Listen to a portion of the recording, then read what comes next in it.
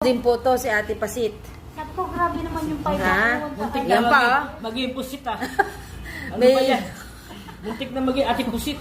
May ilaw po yan for the Kasi ang safety. kanya, kasi ang kanya May nakaganyan, dalang nakatutok dyan. For the safety. Habang nagsasalita siya.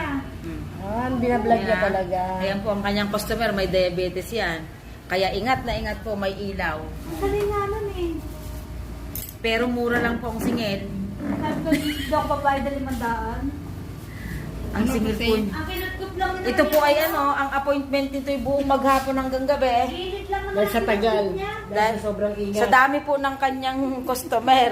Akala ko, appointment niya dito sa akin sa sobrang tagal eh. Gawa na, ang tagal. Sa totoo lang, kasi ayoko kasi nagpapalinis sa hindi ko kilala. Kasi hindi nila alam yung history ko. Malimutan mo ba? Survivor to eh. Di ba tayo? Kasi baka